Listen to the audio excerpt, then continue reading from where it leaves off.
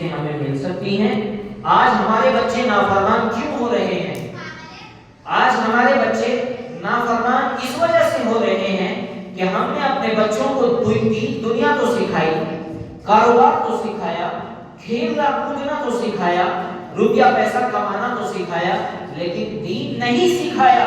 اسی وجہ سے ہمارے بچے نافرمان ہو گئے۔ آج ہم شکایت کرتے ہیں کبھی فلاں سے، کبھی فلاں سے، کبھی رشتے دار سے، کبھی محلے دار سے، کبھی پڑوسی سے، میرا بچہ بڑا نافرمان ہو گیا، میری بیٹی بڑی نافرمان ہو گئی، میرے بچے میری بات نہیں مانتے، ہمارے بچے ہمارے گریبان پکڑتے ہیں، تو تڑاک سے بات کرتے ہیں۔ اس کی وجہ، اس کی مین وجہ یہ ہے کہ ہم نے اپنے بچوں کو مسلمان نہیں بنایا۔ اگر ہم نے اپنے بچوں کو مسلمان بنایا ہوتا، آپ صلی اللہ علیہ وسلم کی تعلیمات سکھائی ہوتی، آپ صلی اللہ علیہ وسلم کے اخلاق سکھائے ہوتے، تو آج ہمارے بچے ہماری عزت کرتے، ہماری رسوائی نہیں کرتے۔ ہمارے ساتھ میں نے آپ صلی اللہ علیہ وسلم کی بیان فرمائی۔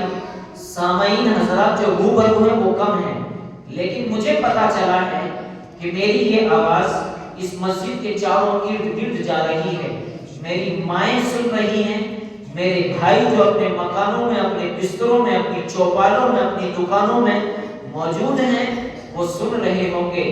میں ایک حدیث آقا نامدار محمد عربی صلی اللہ علیہ وسلم کی سناتا ہوں۔ اگر آپ چاہتے ہو کہ ہمارے بچے فرما بردار بن جائیں، اللہ ہمارے بچوں کو دنیا میں بھی کامیابی زندگی عطا فرما دے اور آخرت میں بھی کامیابی کا پروانہ مل جائے، ہمارے بچے دیندار بن جائیں اور اللہ دنیا بھی دے اور دین بھی دے، تو ہمیں 3 باتوں پر عمل کرنا ہوگا۔ سامعین حضرات میں سے میری ماں اور بہنیں خاموشی کے ساتھ سنیں۔ ہمیں اپنے بچوں کو 3 چیزیں سب سے پہلے سکھانی ہوں گی۔ اگر ہم نے اپنے بچوں کو یہ 3 چیزیں سکھائیں تو پھر ہمارے بچے فرما بردار بنیں گے، پھر ہمیں شکایت کی ضرورت نہیں، پھر ہمیں مولویوں کے پاس یا پنڈتوں کے پاس نعوذ باللہ جانے کی ضرورت نہیں کہ میرا بچہ نافرمان ہو گیا، بیوی کا غلام ہو گیا، وہ تو بیوی کا ہو کر کے رہ گیا، بوڑھے ماں باپ کو چھوڑ کر چلا گیا، گھر سے الگ ہو گیا، گریبان چاک کرنے لگا، ہمیں گھر سے نکال دیا اور ہمیں بے گھر کر دیا، خود بیوی کے ساتھ گھر میں رہ رہا ہے، یا 12-14 سال کا بچہ یا بچی غیروں کے ساتھ اپنی بیٹھک بنا رہے ہیں، ہماری مسلمان بچیاں غیروں کے ساتھ بھاگ رہی ہیں۔ یہ تمام کی تمام باتیں ہمارے سامنے نہیں آئیں گی۔ اللہ علیہ وسلم نے فرمایا اپنی اولاد کو 3 چیزیں سب سے پہلے سناؤ۔ پہلی چیز حب رسول اللہ صلی اللہ علیہ وسلم۔ کیا بچوں تم بھی سنو، پہلی چیز ہمیں پہلا کام کیا کرنا ہے؟ سارے بچوں سنو، ہمیں سب سے پہلے یہ کام کرنا ہے کہ ہمیں اللہ کے نبی اور ہم سب کے آخری نبی جناب رسول اللہ صلی اللہ علیہ وسلم سے سچی اور پکی محبت کرنی ہے۔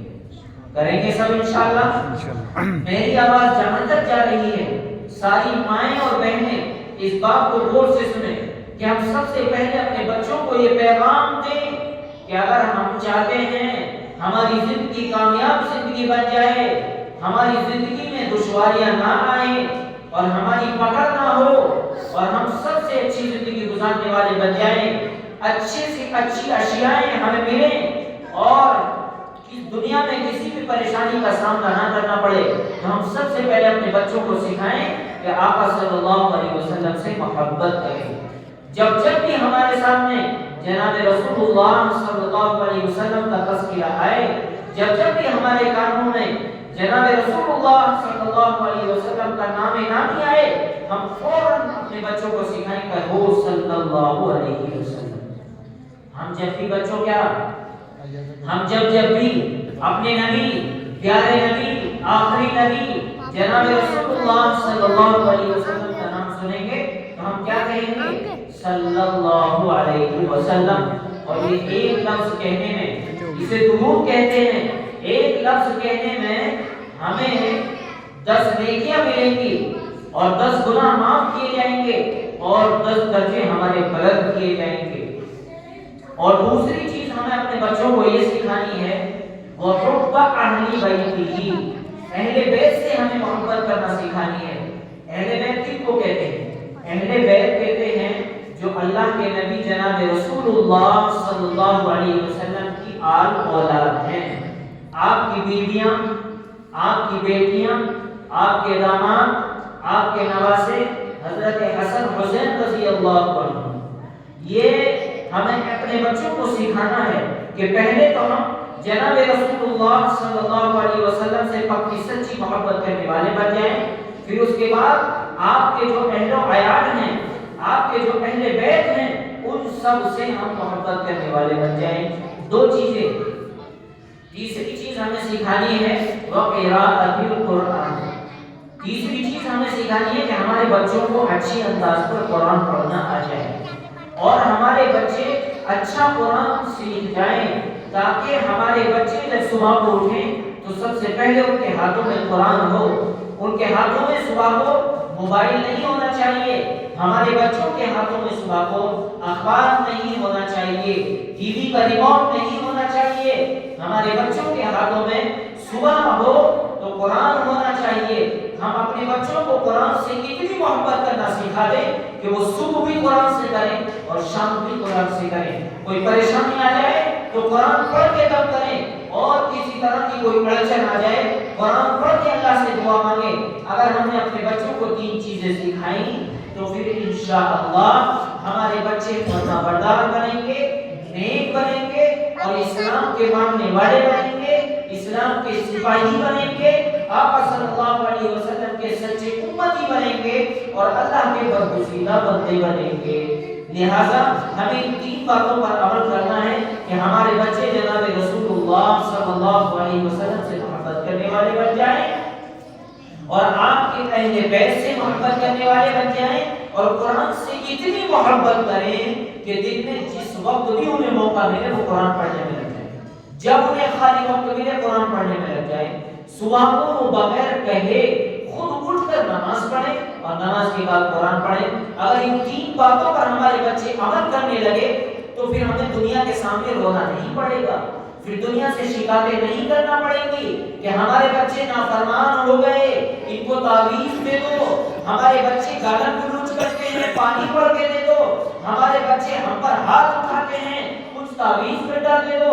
پھر ہمیں ضرورت نہیں پڑے گی اپنے بچوں کو تہذیب سکھانے کی. اگر ہم نے یہ تین چیزیں اپنے بچوں کو سکھا دی کہ وہ اپنے بچوں کو یہ سب سے پہلے سکھائیں کہ ہر بات پر، ہر موقع پر، ہر مجلس میں، ہر ماحول میں، ہر جگہ پر اور ہر حال میں، ہر خوشی میں، ہر غم میں ہم سب سے پہلے جناب رسول اللہ صلی اللہ علیہ وسلم کو خوش کریں. آج ہمارا حال کیا ہے کہ ہم دنیا والوں کو خوش کرتے ہیں، یار دوستوں کو خوش کرتے ہیں اور دنیا کی رسموں کو ایجاد کرتے ہیں اس لیے کہ بھئی ہمارے یار دوست ناراض نہ ہو جائیں اور اللہ کی ہمیں فکر نہیں، رسول اللہ صلی اللہ علیہ وسلم کی ہمیں فکر نہیں. اسی وجہ سے آج ہم ذلیل و خوار ہو رہے ہیں. یہی وجہ ہے ہم نے دین کو پیچھے ڈال دیا، پشے پشت ڈال دیا. ہم جب کوئی غم کرتے ہیں، غم میں شریک ہوتے ہیں یا خوشی